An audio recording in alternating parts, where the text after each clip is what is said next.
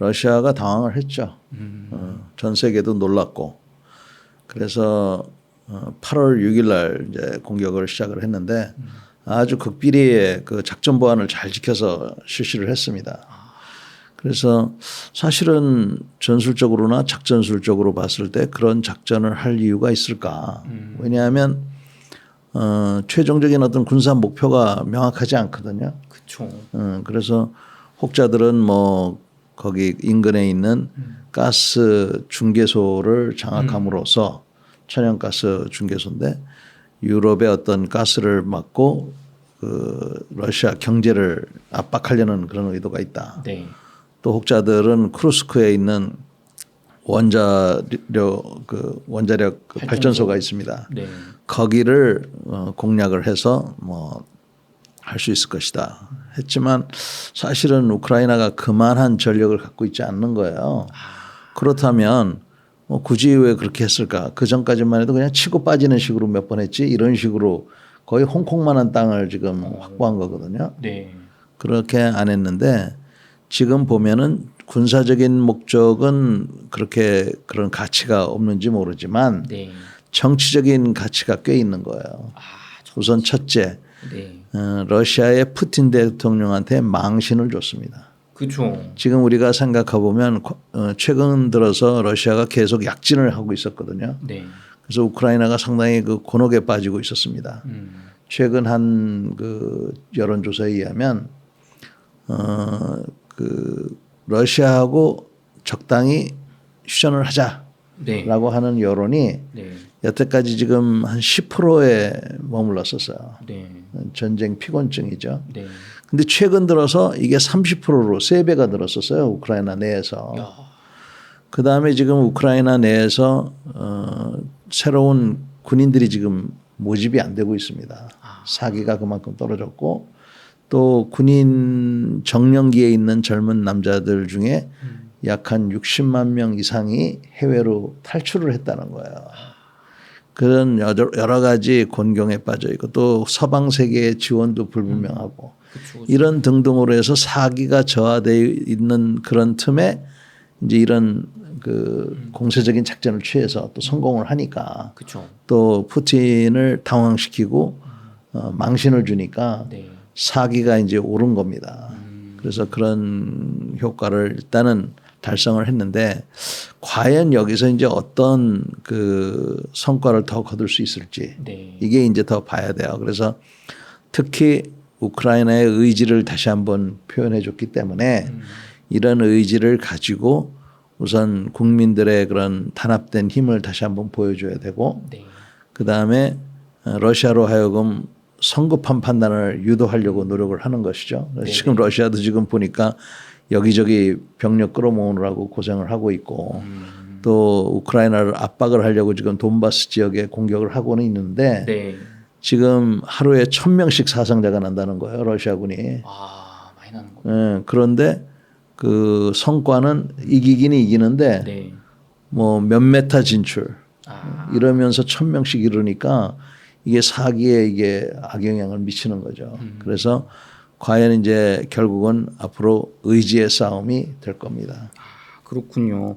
장군님 그러면은 또 이제 말씀해 주신 것처럼 뭐 이제 언론 보도에 따르면 뭐 송유관을 끊는 거다, 가스관을 끊는 거다, 뭐 원자력 발전소를 점령하는 거다, 뭐 이런 얘기들이 있는데 군사적인 그런 판단으로 보실 때는 실현 가능성이 적다, 점령할 수가 없다 이렇게 보시는 건가요? 우크라이나의 군사력으로? 우크라이나의 군사력으로 할 수는 있을지 모르지만 네. 그거를 확보하고 지탱하기는 쉽지 않아요. 그러니까 자살 특공대 같은 마음으로 네. 크루스크에 있는 원전 지역을 확보를 해서 끝까지 뭐 확보를 하고 거기다 폭약을 설치해 가지고 러시아가 점령하려고 그러면 자폭을 한다든지 그 원자력 발전소를 폭발을 시킨다든지 뭐 이런 무리한 행동을 해야 되는데 서방 세계가 그거를 용납하지 않죠. 그죠? 그렇죠. 그러니까 거기를 확보할 수 있는 탈취는 할 수 있지만 확보할 수 있는 군사력은 있을 것 같지가 않아서 이제 그게 이제 가장 큰 문제고 그 송유관 같은 경우도 결국에는 가스 송유관 같은 가스 그 추진관 그 가스 연결관이 있다고 하는데 그 관을 만약에 파괴시키면은 우크라이나도 상당한 경제적인 손실을 보게 됩니다. 아 그런가요? 그게? 네, 그 이상한 얘기지만 네. 그 가스를 거기서 이제 유럽으로 러시아가 밀어주고 있는데 네.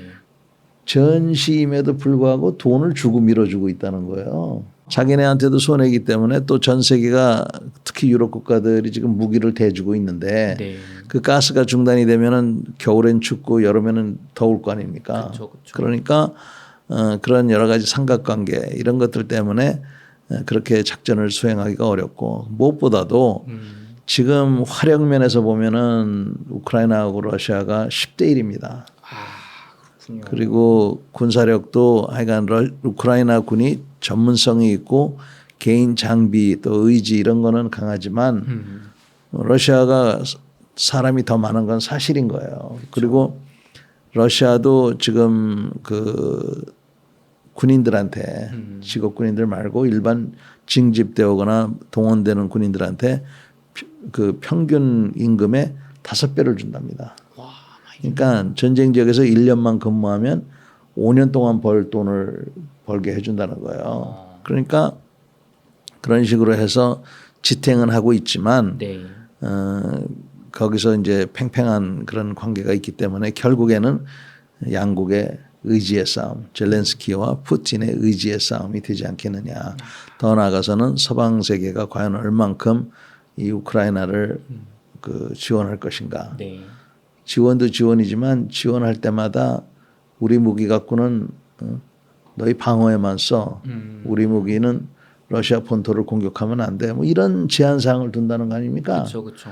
그러니까 참 힘없는 나라가 얼마나 비참한가 하는 거를 다시 한번 나타내 주는 것 같아요. 그러면은 장군님 또 이제 그 일부 언론에서는 젤렌스키에 대한 비판도 있거든요. 네. 말씀해 주신 것처럼 전략적 목표가 이게 불명확한데 군사적으로 거기에 힘을 쏟느라고 지금 동부전선 러시아 공격이 뚫리는 거 아니냐. 네. 도네츠크 방면. 요거 가능성 동부전선 방어 가능성은 좀 어떻게 보시는지요? 동부전선은 지금 하루에 1,000명씩 사상자가 나면서 러시아가 뭐 조금씩 전진을 하고 있지만 네. 커다란 성공을 거두기는 쉽지 않을 것 같습니다. 좀 더 이제 두고는 봐야 되겠지만 네.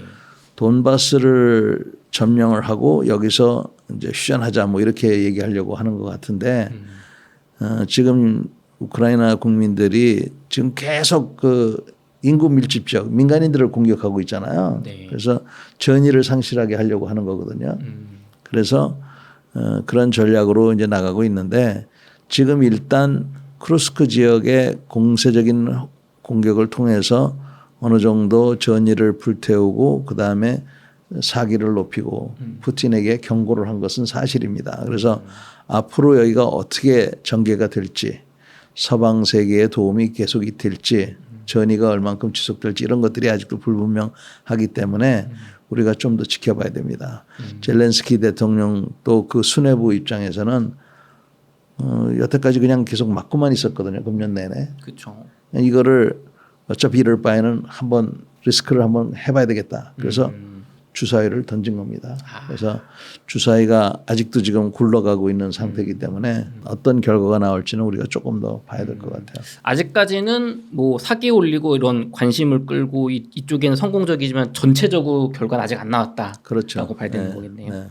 그러면은 장군님 앞으로 러시아 우크라이나 전쟁에서 이제 종전이나 혹은 휴전을 가기 위한 결정적인 뭐 요인이나 어떤 변수가 있다면 좀 어떤 게 좀 있다고 생각이 드십니까? 우선 서방 세계의 그 지원이 가장 큰 변수가 될 수 있을 것 같아요. 네. 특히 미국 대통령 선거가 있는데 네. 미국 정치인들 중에서는 우크라이나전을 빨리 끝내자. 그러니까 지금 현재 러시아가 우크라이나의 한 20%를 점령하고 있거든요. 네. 그냥 그거 띄워주고 말자 이런 생각을 하는 거예요. 그래서 지금 계속 압박을 가하고 있고 또 젤렌스키 대통령 입장에서도 지금 계엄하에서 지금 대통령을 하고 있거든요. 그렇죠. 그래서 지금 정치적인 어려움도 있고 저 계속 뭐 비판 세력들이 있고 그러다 보니까 전쟁 염증이 늘어나고 해서 그런 어떤 타협이 이루어질 수 있다. 그다음에 푸틴도 자기가 생각했던 거랑 틀리니까 일단 면만 세우면 여기서 적당히 끝낼 수도 있다 하는 그런 측면에서 휴전이 가능한데 네. 문제는 이게 얼마나 오래 갈 거냐 하는 겁니다. 응? 러시아 특히 그 푸틴 같은 사람은 옛날 공산주의 시대에 태어난 사람이고 그것을 계속 회귀하려는 그런 생각을 갖고 있는 사람이잖아요. 네. 그래서 그런 사람들은 여기서 비록 휴전을 할지 모르지만 계속적인 그 우크라이나를 불안전하게 만들고 결국에는 자기네가 점령하려고 하는 목표를 계속 갖고 있을 것이기 때문에 네. 일시적인 휴전은 뭐 될지 모르지만 그 지역에 결판이 나는 그러니까 한쪽이 이기고 한쪽이 지는 그런 결판이 나기 전에는 영원한 평화는 우리가 기대하기 어렵다. 그래서 그렇게 보면은 일단 서방 세계의 지원이 가장 중요할 것 같고요. 그다음에 과연 우크라이나 국민들의 의지가 얼마나 강할 것이냐 하는 거. 그다음에 푸틴이 나름대로의 어떤 정치적인 입지가 얼만큼 견고해질 것이냐, 네. 유지될 것이냐 이런 것들이 아마 큰 변수가 될 겁니다.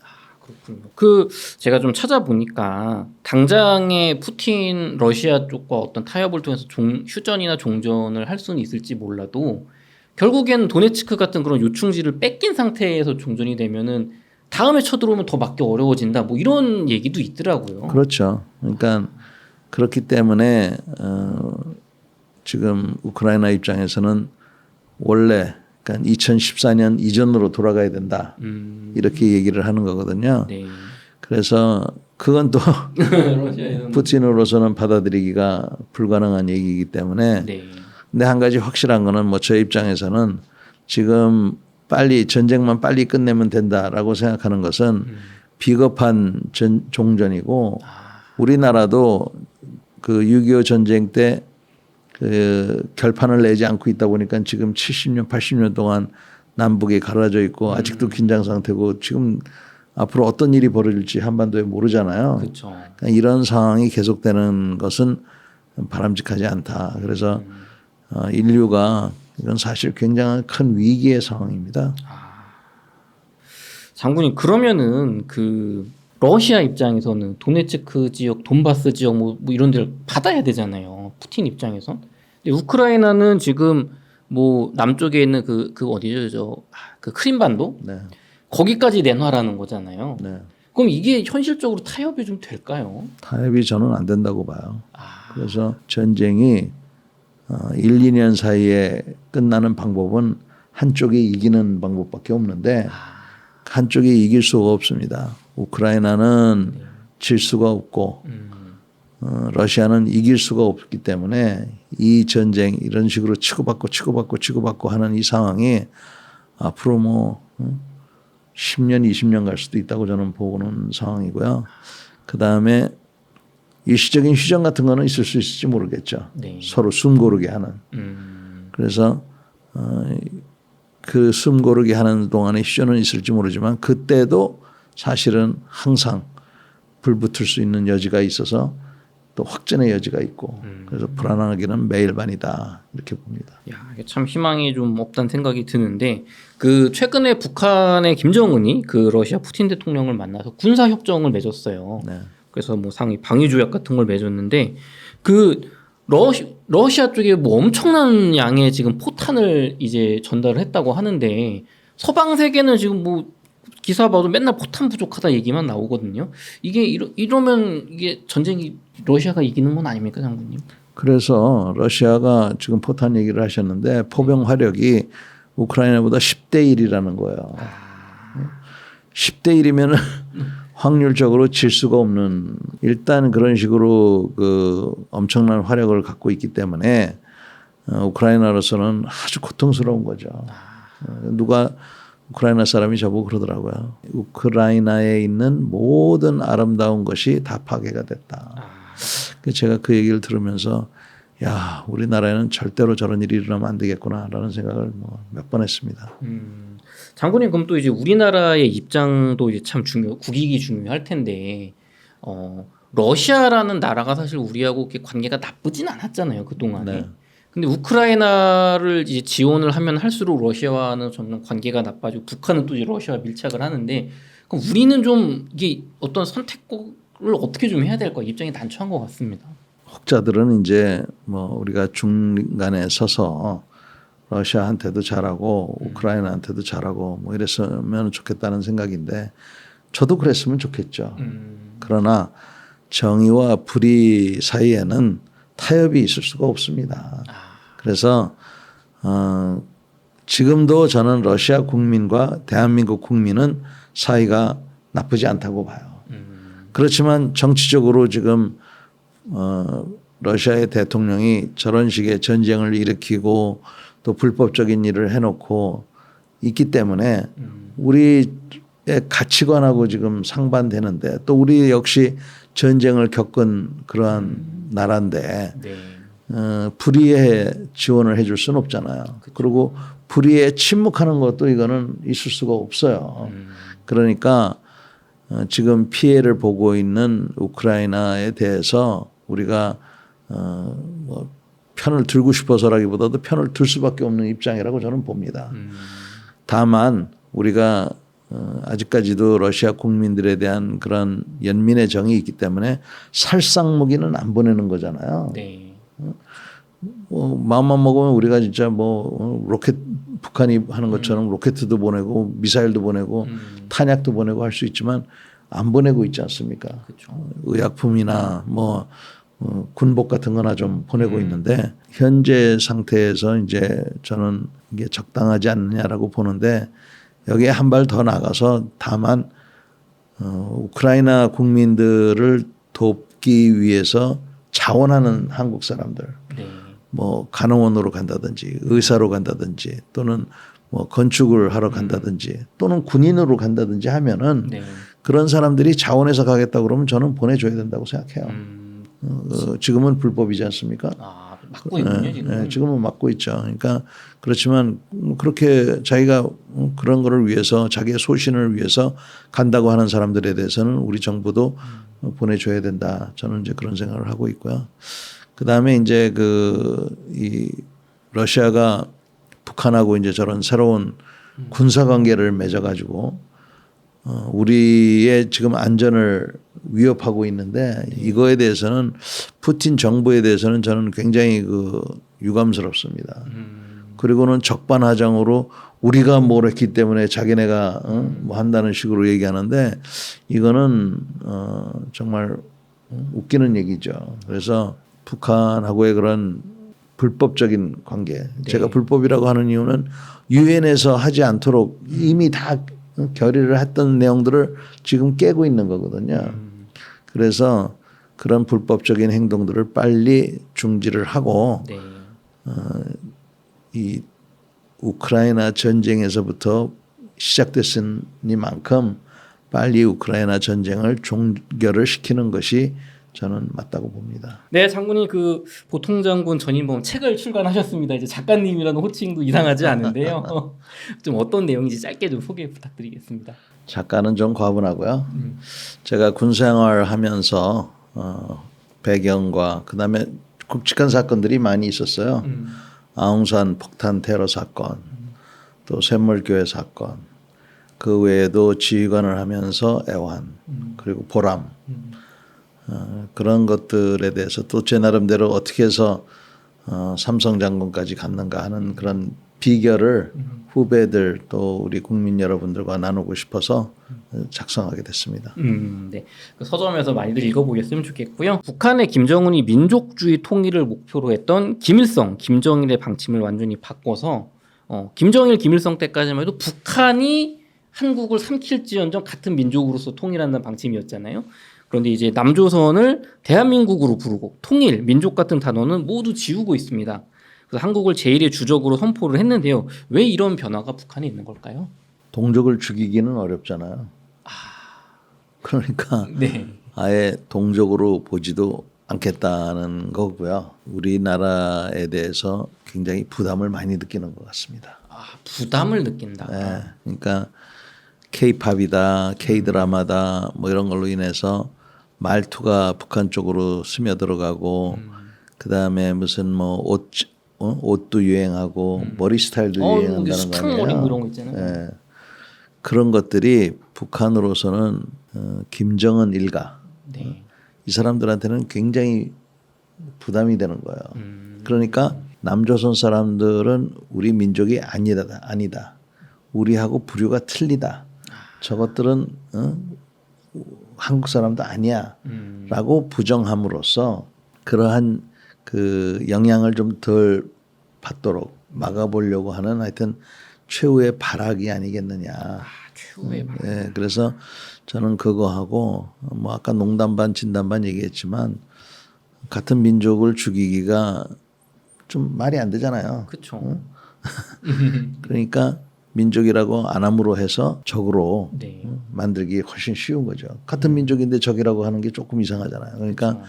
민족이라고 안 하고 적이라고 이제 딱 못 받고 그러면서 유사시가 되면 무력으로라도 통일을 하겠다. 그러니까 이건 뭐 전에는 남한이 불쌍한 동족이고 해서 미지애들로부터 해병을 시켜주겠다고 하더니 이제는 동족도 아니니까 우리가 부담 가질 필요도 없고 만약에 어떤 일이 벌어지면 우리가 내려가서 그 평정을 하겠다 이렇게 얘기를 하고 있으니까 우리한테는 뭐 그 아직도 그 살벌한 얘기라고밖에 할 수가 없습니다. 아, 장군님 그러면은 그렇게까지 해야 될 만큼 지금 북한 내부가 좀 어수선하다 혹은 김정은의 권력이 지금 뭐 공고하지 못하다 이렇게 받아들여도 될까요? 그렇죠. 아니 생각을 해보세요. 아니 세상에 할아버지가 독재자였고 아버지가 독재자였고 자기도 독재자고 이제는 딸까지 시키겠다는 거 아니에요. 그렇죠. 아니 세상에 그 옛날 로마 시대에도 없던 일인데 그러니까 자기네들도 이게 무리라는 걸 알 거예요. 그러니까 그 사회에 지금 불합리한 네. 이거를 갖다가 지금 꾹꾹 누르고 있었는데 그것이 이제 한계점에 도달했는데 우리로서는 정말 이게 큰일 난 게 저 집단이 핵무기를 갖고 있다는 겁니다. 그렇죠. 이 핵무기가 이게 보통 무서운 무기가 아닌데 네. 그런 핵무기를 김정은과 그 추종 세력들이 갖고 있으니 이거를 과연 어떻게 해야 될지는 정말 이거 큰 난제예요. 장군님 그럼 진짜 말씀해주신 것처럼 북한이 재래식 무기야 우리가 막아낸다고 쳐도 우리가 이긴다고 하는데 네. 핵무기는 방법이 없지 않습니까? 그러니까 전쟁이 나면 전쟁에서 누가 이기고 누가 지고 졌다가 없어요. 다 진 거지. 다 망한 거고. 그러니까 전쟁을 일어나지 않도록 해야 되는데 네. 불의에 타협해서 네. 그쪽에서 원하는 대로 다 해줘가지고 하는 그런 평화는 이거는 비겁한 평화이기 때문에 안 되고 그다음에 처음에는 요만큼 달라고 그랬다가 나중에는 이만큼 달라고 그러고 나중에는 다 달라고 하는 게 그게 그 나쁜 세력의 그런 마음이거든요. 그렇죠. 그렇기 때문에 우리가 준비를 잘해서 강한 상태에서 또 그런 깡패들은 센 사람은 안 건드리잖아요. 그러니까 우리가 그렇게 강한 상태가 돼서 북한이 특히 김정은이가 또는 김가 일당들이 우리를 넘보지 못하게 해야 되는데 우리는 민주주의 국가고 모두의 의견이 나오기 때문에 굉장히 혼란스러워 보인다고요. 그 혼란스러움 속에서도 사실은 그 강함이 있는 건데 네. 그래서 이럴 때 정치 리더십이 굉장히 중요한 거죠. 그렇군요. 장관님 그럼 단도직입적으로 여쭤보겠습니다. 네. 북한이 제2의 6.25 전쟁을 정말로 좀 단시일 내에 일으킬 수 있다. 김정은이 말하는 대로 좀 그렇게 가능성이 있다고 보시는지요? 북한이 제2의 6.25와 같은 그런 전쟁을 일으키려면 조건이 좀 있어야 돼요. 우선 첫째는 6.25 때처럼 네. 미군이 없어야 돼요. 또는 미국하고 한국하고의 관계가 좀 멀어져야 돼요. 그게 하나의 조건이 돼야 되고 또 하나는 또 하나의 어떤 환경이 있다 그러면은 남한이 또는 한미가 네. 북한을 공격하려고 하는 그런 의도가 분명해야 돼요. 또 세 번째는 어떤 내부의 자기네 북한 내부의 어떤 혼란스러움이 있어서 이거를 외부로 그 전향하기 위한 그러한 의도가 있을 수도 있어요. 근데 세 가지 경우인데 한미가 북한을 전쟁을 일으킨다는 거는 제가 보기에는 가능성이 빵이고, 네, 우리가 뭐 북한한테 먼저 전쟁을 일으킬 이유는 없고, 두 번째는 북한이 어떤 혼란스러운 상황이 있어서 그것을 전향하기 위해서 전쟁을 일으킨다. 그것도 뭐 그렇게 큰 확률은 없다고 봅니다. 뭐 국지적인 도발은 할지언정. 그래서 NLL이 그 굉장히 위험한 거예요. 그 아주 좋은 도발거리거든요, 거기가. 그래서 그것도 그런데 세 번째, 즉 한미 관계가 약화됐다고 보거나 또는 주한미군이 한반도에서 철수하면 그러면은 북한은 여건이 많이 조성됐다. 해볼 만하다. 네, 이런 유혹을 느낄 수가 있습니다. 그래서 우리가 그 한미 관계를 잘 이렇게 유지하는 게 중요한데 네.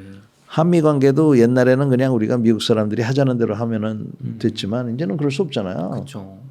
공평한 관계를 유지를 해야 되니까 어떻게 공평한 관계를 잘 유지할 건가. 그게 이제 외교력이고 정치력이죠. 이제 또 정치단에서도 참 한미 관계를 잘 이게 유지하는 또 좀 트럼프 대통령 전 대통령은 되면은 막 방위비 올린다고 난리치고 있잖아요. 그걸 잘 유지해야겠습니다. 장군님 좀 다른 시나리오를 한번 여쭤볼게요. 중국 경제가 요즘 대단히 좋지 않은데요. 또 미국도 보면 지금 내부가 굉장히 크게 분열된 것 같아요. 양당이. 일각에서는 중국이 대만을 침공을 할 때 북한으로 하여금 우리나라를 공격하게 해서 우리 군을 이제 한반도에 붙들어 놓고 대만으로 이제 우리나라가 못 오게 미국하고 일본만 상대하면 되니까 이런 중국의 대만 침공, 북한의 남한 공격 이런 게 좀 현실적으로 가능한 시나리오다라고 보시는지요? 저는 뭐 물론 그런 가능성도 있을 수가 있는데 과연 북한하고 중국이 그러한 그 공조 체계를 유지하고 있는지는 모르겠습니다. 저는 아니라고 봐요. 그러니까 그러나 자연스럽게 만약에 중국이 대만을 도발을 해서 거기에 어떤 상황이 벌어지면 네.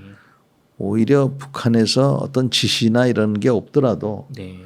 좋은 기회라고 생각할 수가 있죠. 왜냐하면 주한미군의 일부분이 또는 미국의 그런 시선이 대만 쪽으로 가게 되면 네. 그게 사실이든 아니든 간에 북한 입장에서는 주한미군이 좀 약화가 됐구나. 뭐 이런 생각을 할 수가 있지 않습니까? 그렇죠. 그 오판이죠. 그래서 주한미군이 그 대만의 어떤 사태가 벌어지더라도 기본적인 우리 하고의 관계가 또는 우리 대한민국을 방어하는 대세에는 큰 영향은 없을 거라고 저는 보고 또 없어야 되고요. 그렇지만 북한으로서는 그런 오판을 통해서 이제 그런 모험을 할 수 있는 여지는 있죠. 그래서 만약에 대만의 어떤 양안의 사태가 벌어지면 네.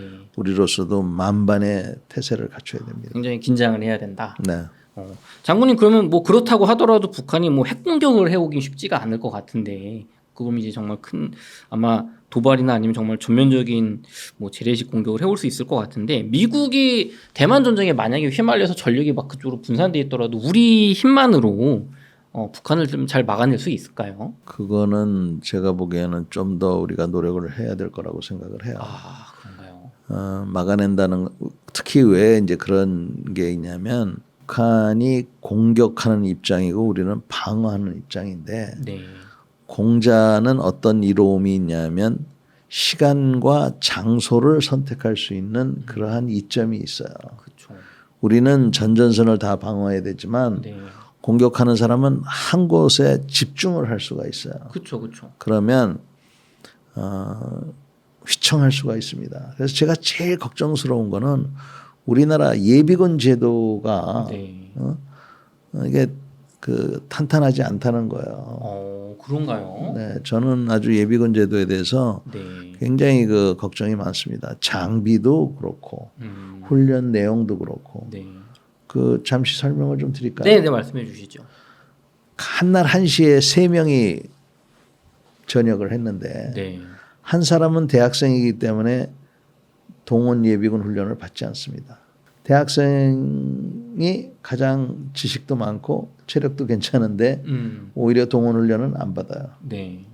그럼 나머지 2명 중에서 한 사람은 동원 훈련을 받고 네. 또 한 사람은 동원 훈련은 동원 훈련인데 네. A라는 사람은 2박 3일 동안 부대에 가서 훈련을 받고 B라는 사람은 부대에 가서 훈련을 받긴 받는데 출퇴근을 하면서 4일을 받아요. 근데 어떤 사람은 부대에 가서 2박 3일 숙식을 하면서 하는지 네. 어떤 사람은 안 하는지 이게 명확하지가 않습니다. 아. 그렇기 때문에 1년에 30% 70%가 바뀌어요. 그 본인들이 못 느껴서 그렇지 네. 사실은 수도 없이 바뀝니다. 수도 없이 바뀌기 때문에 그걸 행정을 하는 사람들은 미치고 환장하는 거죠. 아, 그렇죠. 그러면 보세요. A라는 사람과 B라는 사람이 있는데 한 사람은 저 강원도나 어디에 2박 3일 가가지고 동호훈련을 받아야 되고 이 사람은 4일 동안 아침 8시에 갔다가 저녁 오후 5시에 나오는데 이 사람은 야 내가 왜 걸렸지? 나는 왜 대학생이 아니야? 아, 그죠. 나는 대학생은 하루만 그냥 가는데. 이게 이상하잖아요. 그러니까 불공정한- 이게 옛날에는 네. 대학생이 남녀 합쳐봤자 몇만 명 안 될 때는 그 사람들이 공부를 열심히 해서 국가 건설에 하자라고 해서 50년 전에 만들어 놓은 제도인데 네. 이거 바뀌어야 된다고 생각을 해요. 아, 그러네요. 그런 거라든지. 그러니까 2박 3일 그 간 사람 이 사람들은 너무 억울한 거예요. 그쵸, 억울하죠. 그리고 2박 3일 갔다 왔는데 8만 원 줘요. 근데 이 출퇴근 한 사람들 있죠. 네. 이 사람들은 2만 원도 안 줘요. 아, 그래요? 그러니까 제 생각에는 네. 이러지 말고 하루에 20만 원 줬으면 좋겠어요. 야, 근데 그 장군님 그 멋진 말씀이시긴 한데 이게 예산이 됩니까, 그게? 예산이 왜 안 됩니까? 저 비행기 그만 사야 된다고 생각해요. 이런 거 하기 전에는 네. 20만 원씩 줘서 네. 2박 3일 갔다 오면 한 60만 원. 어. 그러면 너도 나도 괜찮죠, 그 정도면. 가겠다고 할 거 아닙니까? 네. 아마 대학생도 난 거기 가겠다 이렇게 할 거예요. 그쵸, 그쵸. 그래서 그런 적당한 보수가 줘야 되고 이 출퇴근하는 이 예비군도 마찬가지고 그다음에 이 장비도 그렇고 그래서 지금 우리나라 뭐 국방비가 전체 예산의 몇 프로인 줄 아십니까? 10한 2, 3% 되는데 아, 그렇게 높군요. 옛날에는 30%였어요. 아, 정말요? 예산에. 야. 근데 그 지금 현재 예산보다 더 늘리든가 네. 아니면 그 미사일하고 무슨 뭐 비행기하고 뭐 이런 거 사는 거 있잖아요. 네. 그런 거를 좀 덜 사더라도 이런 거부터 해결을 해줘야 된다고 저는 생각을 해요. 그러면은 장비 어떤 첨단 장비보다 지금 가장 기본이 지금 잘 안 되고 있다. 기본 장비, 예. 총, 총. 뭐 전투복, 군화, 네. 방탄조끼, 방탄모, 네. 그다음에 무슨 뭐 야시경 뭐 이런 거. 예. 야시경도 야시경이고 보안경, 보안경. 뭐 이런 무전기, 음. 이런 기본 무기들. 네. 그다음에 사람. 지금 병사들한테 200만 원 주는 것 때문에 간부들이 상대적으로 지금 사기가 떨어져 있지 않습니까? 그렇죠. 그 사기를 올려줘야죠. 그리고 나서 최첨단 전투기도 사고 최첨단 배도 만들고 뭐 그래야지. 그렇지 않으면 사람들이 불만인데 그런 무기가 있으면 뭐예요. 그래서 그런 부분이 저는 굉장히 걱정이 되고요. 그래서 이 예비군 제도가 이렇게 좀 보완할 부분이 많이 있어서 그런 부분이 보완이 되지 않은 상태에서 또 미군도 없이 이렇게 할 경우에는 뭐 전쟁에서 뭐 이기고 진다 뭐 이걸 떠나서 굉장히 많은 그 피해가 있지 않을까. 지금 우크라이나도 2년 반 만에 20만 명이 지금 죽었다고 그러거든요. 군인들이. 네. 그러니까 우리는 또 땅이 좁잖아요. 그렇죠. 전투가 치열할 거고. 네. 그러니까 더 많은 사람들이 죽을 거란 말입니다. 그러니까 군인들이. 네. 그러면은 그 죽지 않도록 최소화하려면은 이런 것들을 지금 미리부터 준비를 해야죠. 장군님 그러면은 지금 한국과 미국이 을지 자유의 방패 연합 훈련을 최근에 했다고 하는데 네. 김정은은 신형 240mm 방사포의 검수 시험 사격을 참관했다고 하고요. 또 자폭 무인 드론도 개발했다고 하는데 핵무기 이외에 우리나라가 뭐 재래식 무기에서 뭐 북한은 상대도 안 된다 막 이렇게 인식을 하고 있는데 이게 정말인가요? 우리가 안심해도 되나요? 상대방을 절대로 깔보면 안 된다고 생각해요. 그러니까 김정은이가 그 자폭 드론하고 이제 그런 거를 했잖아요. 네. 몇 대나 만들까요? 수천 대 만들 겁니다. 수천 대. 벌떼가 날라올 것처럼 운영될 가능성도 있어요. 그래서 이거 가볍게 생각하면 안 됩니다. 그래요. 그래서 이 다음 전쟁은 네. 야포로 전쟁이 교전이 일어나는 게 아니라 네. 드론하고 그 다음에 로켓이나 이런 미사일 같은 걸로 될 텐데 네. 이 드론이 이게 많이 활용이 될 것 같습니다. 근데 장군님 드론이 막 몇천 대가 날라오면 지금 보니까 러시아 우크라이나 전쟁도 보니까 막 100억짜리 탱크가 그냥 자폭 드론 한 방에 막 그냥 터지고 나가거든요. 네. 이게 방어가 되게 어려운 거잖아요. 네. 근데 그 몇천 대 날라오면 이거 어떡합니까 우리? 그래서 네.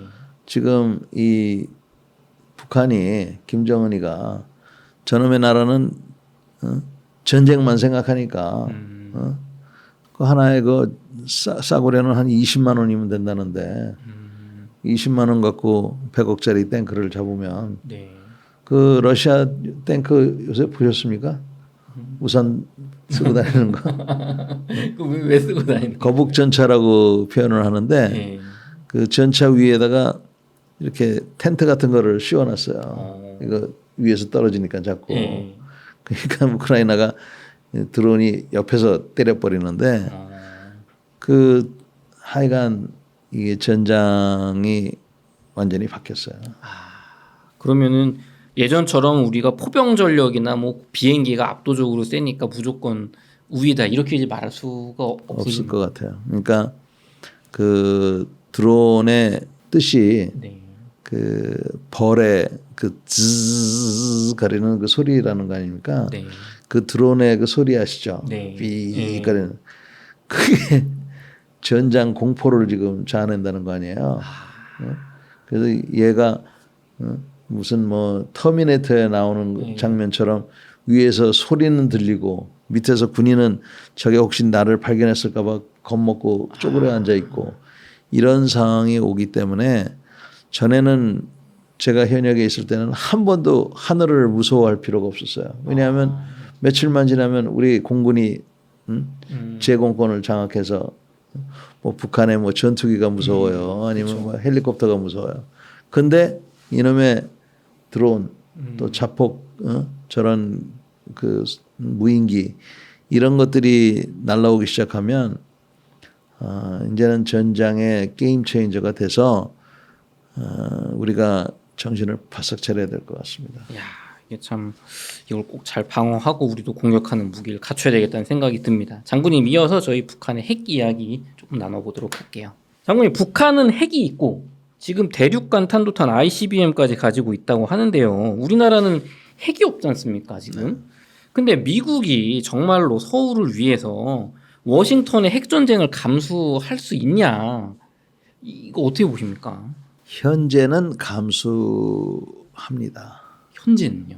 그래서 우리 일반인들은 뭐 얼만큼 느끼시는지는 모르겠는데 그 NCG라는 거 있잖아요. NCG? Nuclear Consultative Group. 네.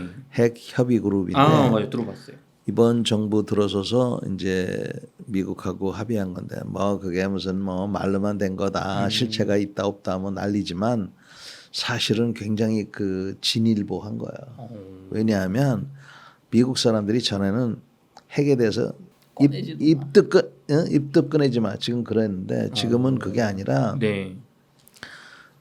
여러 가지 그 대화를 많이 나누고 있어요. 근데 자, 뭐 예를 들어서 서귀포에 핵이 터졌다. 네. 그러면 미국이 그럼 과연 이걸 어떻게 할 거냐? 북한은 너희 미국 까불면 우리가 샌프란시스코를 공격할 거야. 구암을 공격할 거야.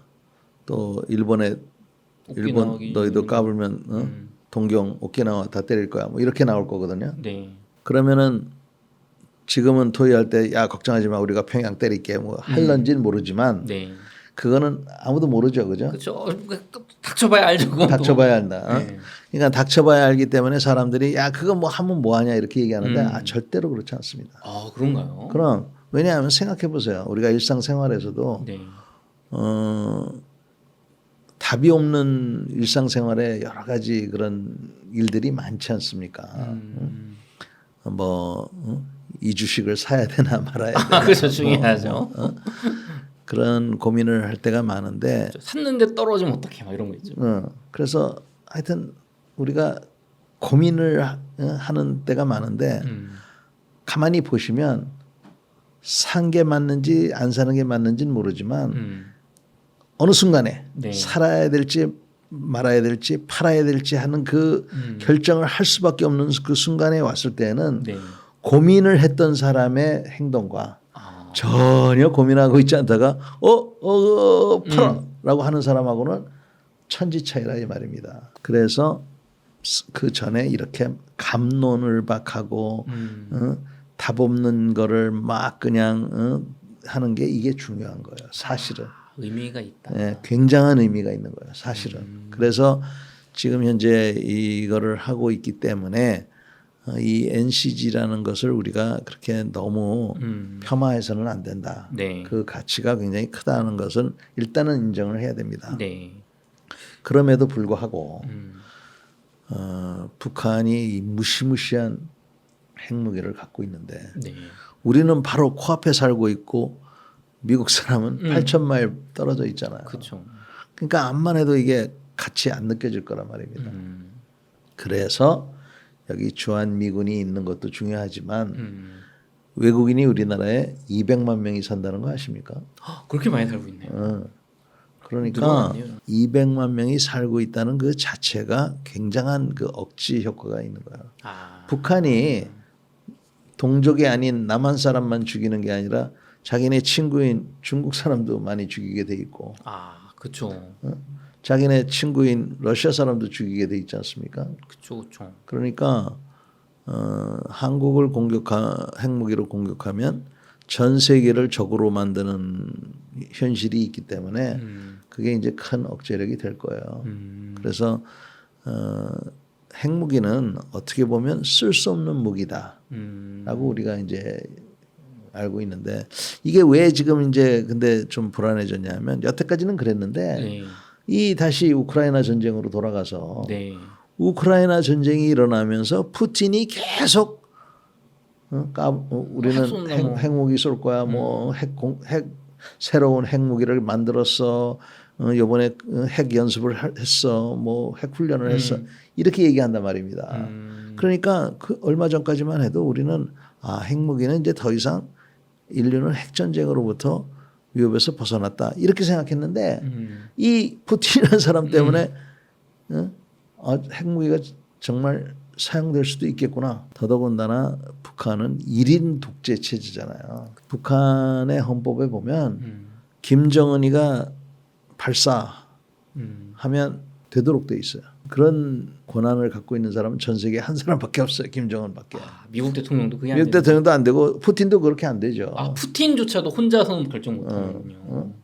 그런데 이 김정은이가 그런 거를 갖고 있기 때문에 혹시 치매라도 걸리면 어떻게 하나 하는 그런 걱정도 해야 될 거고. 치매 때문에 그래서 우리가 굉장히 지금 위험한 상황이 있어서 이걸 과연 어떻게 극복할 것인가. 이것이 정말 어려운 난제입니다.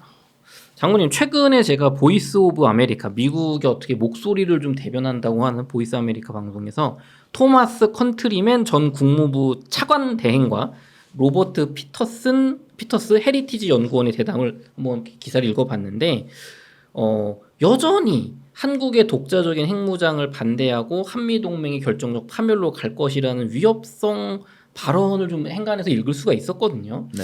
아니 미국은 우리나라는 지금 바로 위에 북한이 저렇게 위협을 하는데 왜 이렇게 우리 좀 핵무장을 이렇게 경계하는 겁니까? 미국 사람들은 핵무기가 얼마나 끔찍한 무기라는 것을 알고 있어요. 자기네들이 써봤기 때문에 네. 지금 히로시마 나가사키만이 이제 핵무기를 사용한 곳이잖아요. 그렇죠. 핵무기라고 하는 것은 커다란 어떤 폭탄, 폭약이 뿐만 아니라 방사능을 오염시키는 그런 무기예요. 네. 그러니까 이거를 폭파시키는 방법이 그 공중에 폭파시키는 방법이 있고 네. 지면에 폭파시키는 방법이 있고 지하에 폭파시키는 방법이 있어요. 히로시마하고 나가사키에는 공중에서 폭발을 시켰어요. 네. 그렇기 때문에 그나마 그 방사능이 네. 낙진이 좀 적었어. 땅에다가 터뜨리면 네. 방사능 물질이 굉장히 많이 생깁니다. 이 하늘에 큰 거보다. 나가사키 히로시마가 한 800m인가 1km인가 여기서 터뜨렸거든요. 네. 근데 똑같은 위력이라도 땅에서 터뜨리면 더 많은 방사능 물질이 생겨요. 그다음에 지하에서 터뜨리면 네. 이거는 뭐 더 많이 물 타고 뭐 오염수가 그냥 뭐. 네, 오염수뿐만 아니라 그 각종 그 파편들이 다 방사능에 그 오염이 되면 네. 뭐 10년 20년 동안 암, 기형아 이런 건 뭐 말할 것도 없고 네.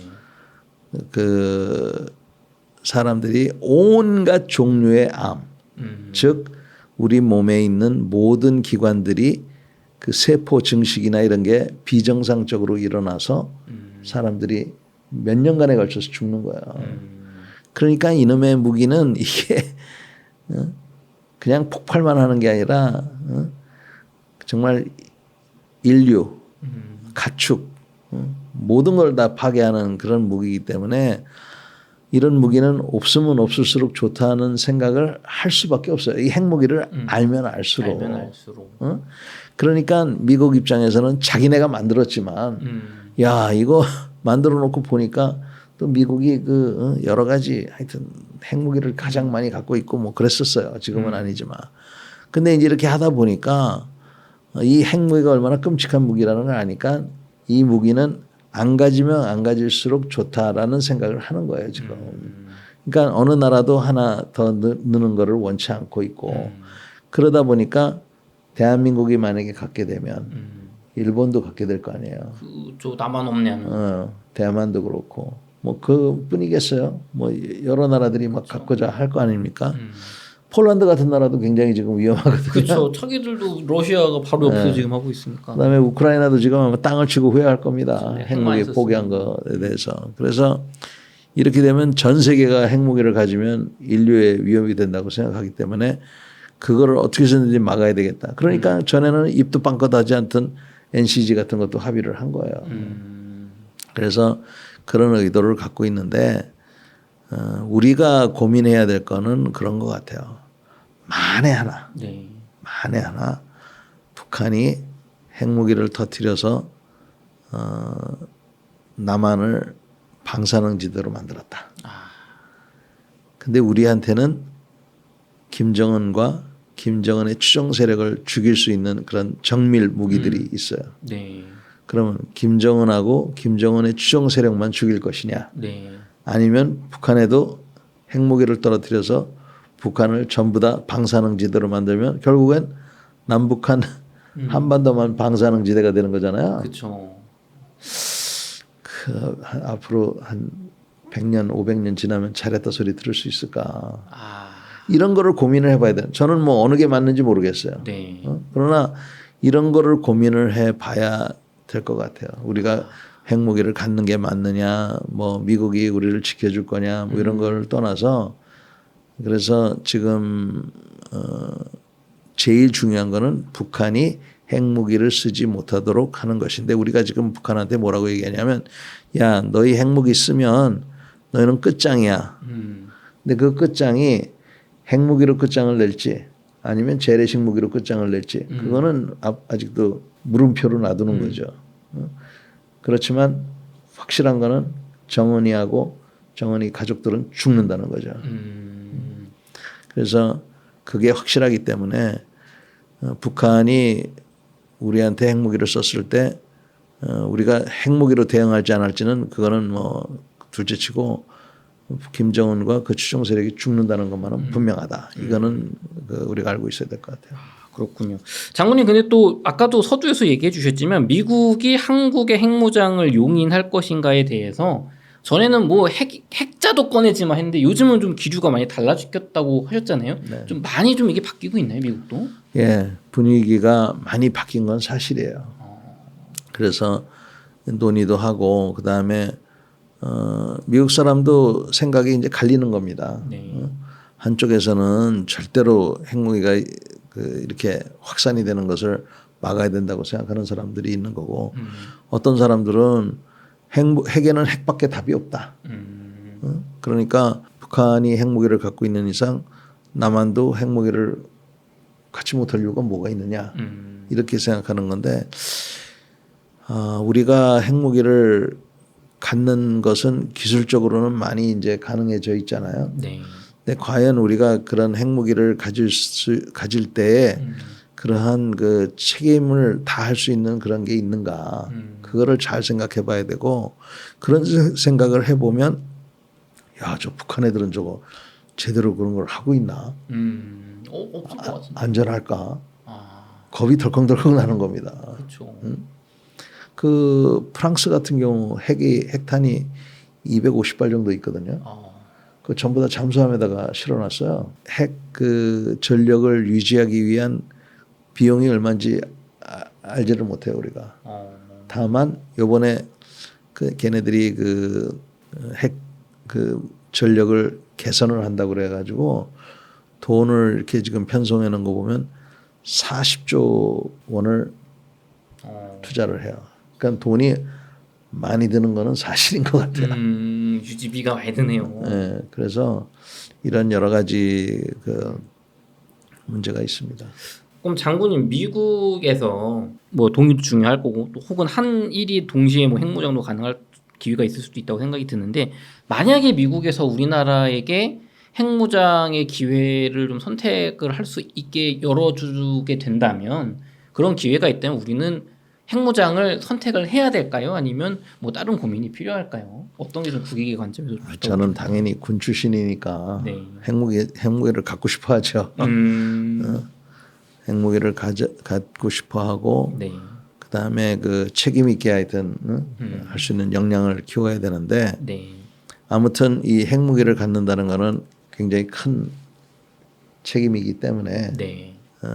한데 핵무기를 갖게 되면은 과연 몇 발을 가져야 되느냐. 근데 이게 북한이 문제가 아니에요. 사실 우리는 그 중국 옆에 살고 있지 않습니까? 그렇죠.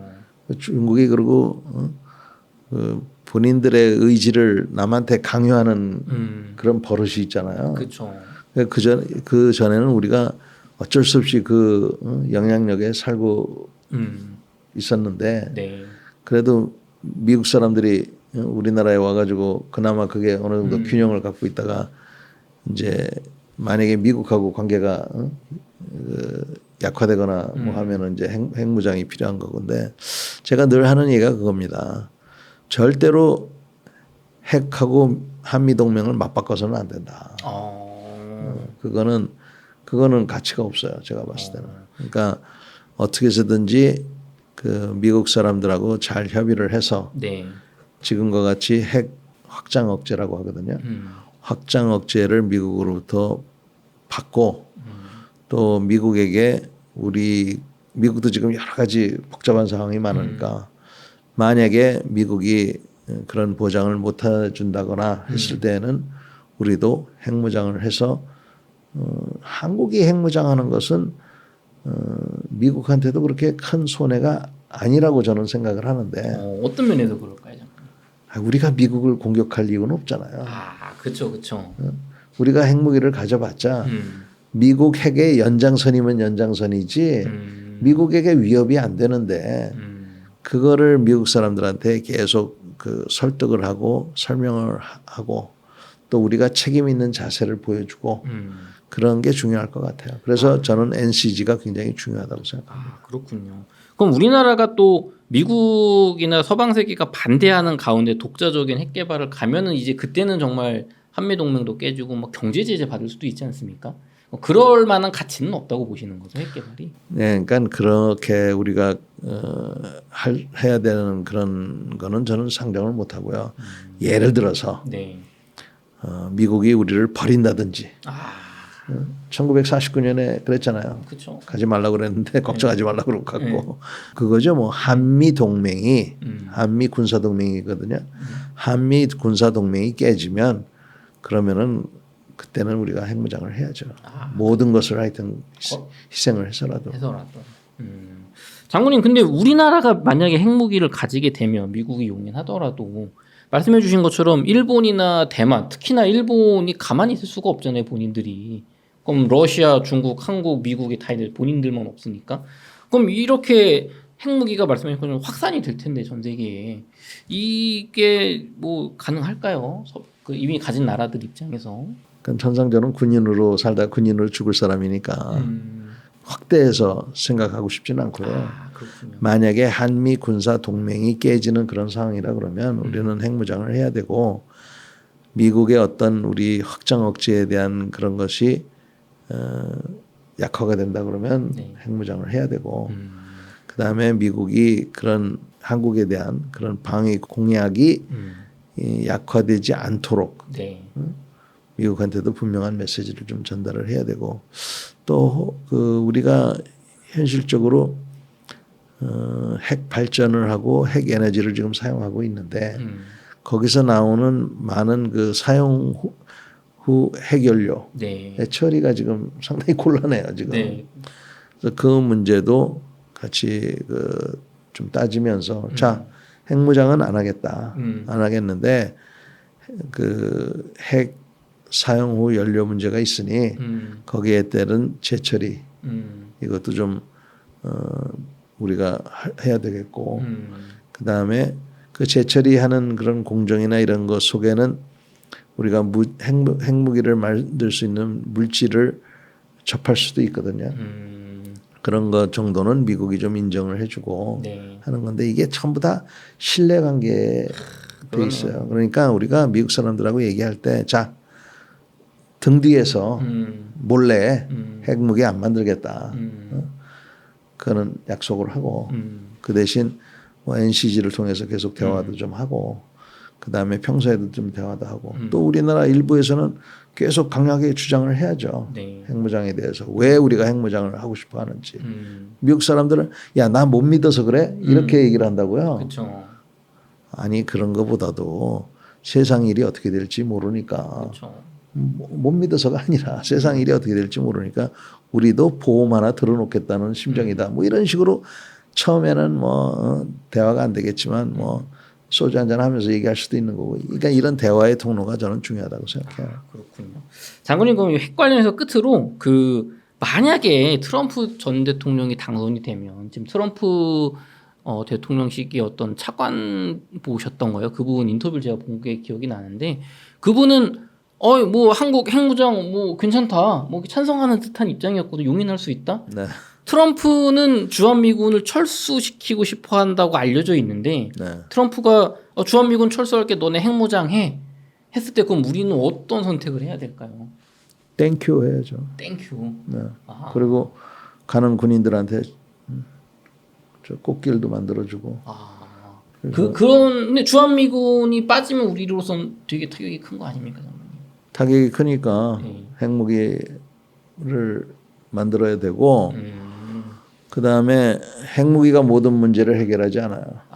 그런 거. 그거 분명히 알아야 돼요. 그거 있다고 끝나는 게 아니군요. 예. 아이고 핵무기만이 아까 말씀드렸잖아요. 그 못 쓰는 무기라고 최후의 수단으로 쓰는 건데 핵무기를 갖는다 하더라도 네. 우리나라의 근본적인 안보에 문제가 있는 게 국민들이 안보 의식이 없잖아요.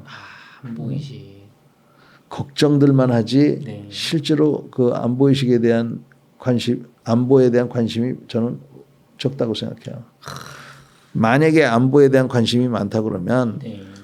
뭐 시장 선거를 하든 도지사 선거를 하든 대통령 선거를 하든 주한미군은 어떻게 하실 겁니까?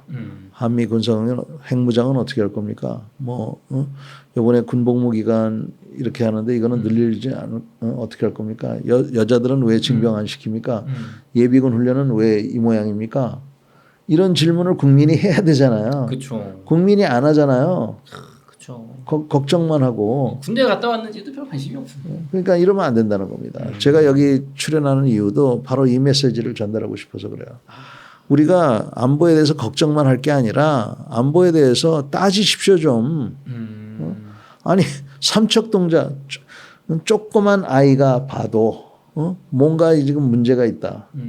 예비군 제도에 대해서. 네. 삼척동자가 봐도 군인들에 대한 대우가 이거 좀 더 나아져야 되겠다라고 아는데 네. 어째서 나아지지 않냐고요.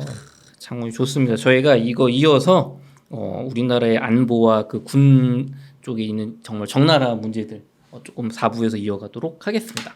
3부에서 핵 이야기하면서 말미에 지금 우리나라의 해이해진 안보 의식과 군 쪽에 관련된 정말 사실은 잘 알려져 있지 않지만 굉장히 심각한 문제들에서 그 얘기를 던져주셨는데 시간이 부족하겠지만 그래도 장군님 생각할 때 정말 지금 이거 심각하다 문제다 하는 부분들 뭐 안보 의식부터 어떤 군에 대한 대우까지 좀 한번 좀 얘기를 좀 해주시면 감사하겠습니다. 제가 보기에는 지금 가장 큰 문제는 네. 일반 국민의 안보 의식도 안보 의식이지만 우리나라의 안보를 책임지고 있는 군인들, 네. 장성들이죠 주로. 네. 그 사람들의 안보 의식. 그러니까 소위 말하는 정무적 판단이란 말 들어보셨어요? 군사의 정무적 판단을 좀 그만했으면 좋겠어요. 근데 제가 얘기하는 거는 장군들이 다 그렇다는 게 아니에요. 네. 60, 70%는 그래도 괜찮은데 네. 요 20, 30%가 정치적인 게 이게 몸에 배어가지고 어떤 문제가 있으면 그 문제를 밝히고 해야 되는데 네. 이거 자기가 걷잡을 수 없거나 책임지기 어렵고 또 국민들로 하여금 어려운 그 선택을 하도록 해야 되니까 예를 들면 여성징병제입니다. 그런 문제에 대해서 지금 병력이 부족해서 난리거든요. 심각하게 부족한가요? 심각하게 부족해요. 그렇죠. 아무리 그래도 뭐 예전에 60만 막 유지하다 지금 50만 또 40만 30만 줄어든다고 하니까 이게 당연히 부족하겠죠. 네, 그러니까 그런 문제를 있으면 복무 기간을 늘리든지 그렇죠. 아니면 사람들이 더 지금 있는 사람도 막 나가잖아요. 맞아요. 그러려면은 딴 거 다 필요 없습니다. 처우를 잘해줘야 돼요. 그런데 지금 소방, 경찰, 군인이 있다고 보면 네. 이 세 직종이 다 국민의 생명과 재산을 보호하는 직종이에요. 그렇죠. 그러니까 보람으로 치면은 다 보람 있는 겁니다. 네. 그러면 이 세 개 중에서 자기가 국민의 생명과 재산을 지키긴다는 보람을 느끼기 위해서 선택을 한다 그러면 소방이나 경찰을 먼저 선택하는 경우가 많을 것 같아요. 제가 봤을 때. 군인이 제일 힘드니까. 그렇죠. 그러면은 집에도 못 가고. 그러니까 그런데 군인을 하도록 하려고 하면은 첫 번째는 그만큼 예우를 해줘야 됩니다. 근데 우리는 군발이라고 그러잖아요. 그렇죠. 야 경찰은 요 정도밖에 안 되는데 군인은 왜 더 잘해줘야 돼? 더 험한 일을 하니까 더 잘해줘야죠. 그렇죠. 저는 이제 그렇게 생각하는데 아무튼 그래서 지금 이런 배경, 그러니까 안보에 대한 안보 책임자들, 특히 군 장성들 중에서도 특히 그런 정무적 판단을 하는 사람들, 이런 사람들이 저는 잘못했다고 생각해요. 그래서 전투적인 사고를 해야 된다. 전투적인 훈련을 시키고 해야 되는데 이런 것이 하여튼 굉장히 많이 약해진 것 같아요. 제 말만 믿지 마시고 길에서 한번 이렇게 보세요. 요즘 길을 다니는 군인들이 머리가 더부룩하고 그 모자도 안 쓰고 다니고 병사들을 얘기하는 게 아닙니다. 저는 소위 말해서 간부라는 사람들 그 솔선과 수범을 보여야 되는데 모자도 제대로 못 쓰고 머리도 규정된 두발을 하지 않는 사람이 총을 땄겠어요? 저는 이게 우선 제일 큰 문제고요. 네. 그러다 보니까 거기서 파생되는 여러 가지 문제가 있는 겁니다. 아, 첫째, 하여튼 훈련을 제대로 안 한다. 훈련을 안 한다. 뭐 잘 아시지만 보여주기식 훈련. 그거는 기가 막히게 하는데 실제로 내실은 그렇지 않다는 거. 최근에 어떤 보도에서 보면 미군 쪽에서 같이 연합훈련했는데 한국군 장교들도 독도법, 이게 땅 지도 있는 법을 모르는 것 같다 이런 비판도 있더라고요. 그거 왜 그렇겠습니까? 우리가 머리가 나빠서 그렇겠어요? GPS는 둘째치고 나침이가 없어요. 미군은 5명당 하나씩 있는데 하나, 예. 우리는 30명당 하나 있습니다. 25,000원인데 25,000원짜리를 총부터 예. 무전기 네. 그러니까 안 된다는 거 아시죠? 예. 무전기 안 터지고 안 되고 우리가 갖고 있는 기관총 안 되고 기관총도 잘 안 나가나요? 이게? 아이 그 K3 기관총이 그 안 된다고 그렇게 아우성을 저는 처음에 못 믿어가지고 그 만드는 회사에도 얘기를 하고 했더니 뭐 조작을 잘못해서 그렇다고 나중에 보니까 제가 후배들한테 물어보니까 안 된다는 거예요. 자꾸 걸리고만 안 나가고. 안 나가고 그다음에 그것뿐만 아니라 그 다른 무기도 안 나간다는 거예요. 그러니까 그런 거 그다음에 야간 투시경 같은 거. 야간 투시경 그거 그냥 그 적외선 투시경이 있고 열상 투시경인데 열상 투시경 같은 거는 한 3천만 원 해요. 비싸네요. 그다음에 그냥 적외선은 한 1,500만 원 해. 네. 그렇지만 그거는 제가 보기에는 개인당 하나씩 주면 최고고 네. 그것만 있으면 주간이나 밤이나 똑같잖아요. 그렇죠. 무서워할 필요가 없어 이제 적을. 그러면 1,500만 원이 아까울까요? 저는 안 아깝다고 생각하는데. 그렇죠. 그게 혹시 일반 병사 말고 특전사 같은 부대에도 개인당 하나가 안 되나요? 안 돼요. 아 그런 부대는 있어요. 그러니까 제가 그런 것 때문에 이 목에 정말 피가 터지도록 외친 겁니다. 그런 거는 해줘야 된다. 네. 그래서 그런 기초 장비. 그 다음에 수당 같은 거. 네. 소방, 경찰, 군인이 있는데 똑같이 당직을 쓰는데 네. 누구는 10만 원 받고 누구는 2만 원 받는다 그러면 그걸 이해가 되세요? 그다음에 또 한 가지는 요새 이제 세대가 바뀌었으니까 지금 병사 200만 원 시대라고 그러잖아요. 그렇죠. 월급이 많이 높죠. 근데 이제 더 정확하게 얘기해서 2등병이 한 뭐 7, 80만 원, 네. 1병이 뭐 8, 90 뭐 이렇게 병장이 205만 원인가 그렇대요. 네. 근데 병장은 18개월 중에서 3개월, 5개월 이렇게만 단대. 저는 아예 2등병 때부터 200만 원을 줬으면 좋겠어요. 통일. 그렇게 주고 간부들도 거기에 맞게 하는데 그 대신 이 병들한테 그 책임을 똑바로 물었으면 좋겠어요. 지금은 아시잖아. 어떻게든지 안 하려고 하는 소위 우리가 말하는 뺀질이들. 네, 그렇죠. 앞으로 200만 원을 주면 제대로 안 하면 야야야 너 집에 가라 임마. 내가 너한테 200만 원 주고 여기 그렇잖아요. 그렇죠. 그게 중요한 것 같고 또 하나는 사회에서도 야 너는 왜 18개월 안 하고 나왔니? 군대 뺀질이었냐? 그쵸. 우리 사회는 여태까지 제가 이렇게 보면 군대를 안 갔다 온 게 자랑이야 오히려. 그런 거 아니라고 얘기하실 수 있어요? 부끄러워하는 사회가 돼야 돼요. 부끄러워해야 된다. 그다음에 지금 우리 간부들이 미치고 환장하는 게 뭔지 아십니까? 이 뺀질이들이 병원에 가는 경우가 그렇게 많대. 알잖아요. 꾀병쟁이들. 네, 아프다고. 근데 이제 걔가 병원을 갈 때 간부가 걔를 데려가야 돼요. 저 부대에서 차가 나오느냐. 그게 아니라 간부가 자기 차로 자기 기름으로 그러면 병원 가는데 1시간 반 걔 태우고 가서 네. 걔 진료받을 동안에 1시간 반 2시간 뭐 병원 갈 때 오래 걸리죠. 일종의 보호자처럼 그렇게 하고 돌아오다가 시간 되면 또 뭐 하나 먹여야 될 거 아니에요. 그런 돈은 국가에서 보존해 줍니까? 그러니까 안 그래도 급여가 낮은데 그런 것까지 자기 돈으로 해야 돼. 그것도 치사하게 또 가서 얘기도 하기도 그렇고 그렇죠. 얘기하면 야 임마 뭘 그 그러면 정도 가지고. 상사 진급하기 싫어? 그러니까 이런 것들을 먼저 해주고 그리고 나서 무슨 뭐 미사일도 사고 탱크도 사고 전투기도 사고 이번에도 헬기 4조 6천원어치인가 산다고 합니다. 뭐 좋은 헬기를 사니까 좋긴 좋은데 그것보다는 제가 아는 사람들 중에서도 아우 큰일 났다는 거야. 그 무기 살 돈이 없어가지고 저는 그래서 그 무기 필요 없다 그거. 그 무기보다는 이 사람한테 네. 그래서 저는 그게 아주 그러니까 큰 문제예요. 그래서 그 고위급들이 정무적 판단, 그 다음에 기초와 기본에 충실하지 못한 그런 여러 가지 행태들, 네. 거기에 좀 더 관심을 가져야 되는 우리 민간인들, 이런 것들이 좀 돼야 네. 그래야 우리가 유사시에 나라를 지킬 수 있고 그보다 더 중요한 거는 북한을 이겨낼 수가 있어요.